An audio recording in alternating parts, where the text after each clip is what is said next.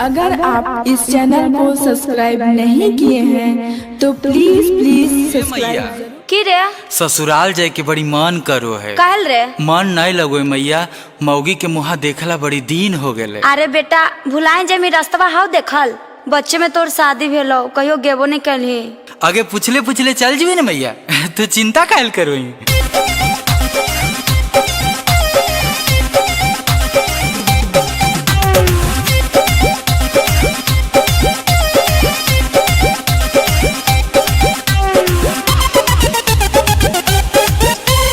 अरे यार इतना हड़बड़ में कहाँ जा रहे हो? ससुराल जा रहे हैं, ससुराल जा रहे हैं। अरे भाई कौन सा गांव जाना है, कुछ तो पता होगा। शादी में आए थे देख नहीं पाए थे, कम था मेरा उम्र।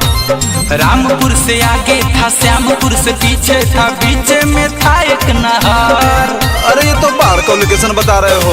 अरे नहीं, मेरा ससुराल तो जमुई के आसपास। क्या?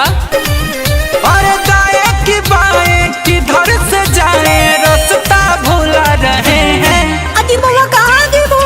ससुराल जा रहे हैं, ससुराल जा रहे हैं, ससुराल जा रहे हैं, ससुराल जा रहे हैं।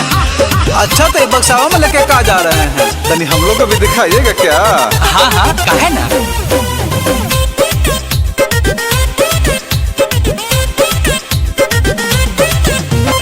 आप लोग से भैया क्या बोले झूठ, बीबी का साड़ी है साली का सूट, लेके न जाएंगे रूट, जाएंगे पक्का विश्वास है या टूट। अच्छा लगता है साली से भी खूब प्यार करते हैं ना। अरे अमन यल बेला गुंजन सिंह मारू मजाक उड़ा रहे हैं। अदी बाबा कहाँ देबो बताओ ना। ससुराल जा रहे हैं, ससुराल जा रहे हैं, ससुराल जा रहे हैं, ससुराल जा रहे हैं। अरे जीजा जी आप इधर, अरे ये क्या कर रहे हैं? चलिए अपना घर तो उधर है।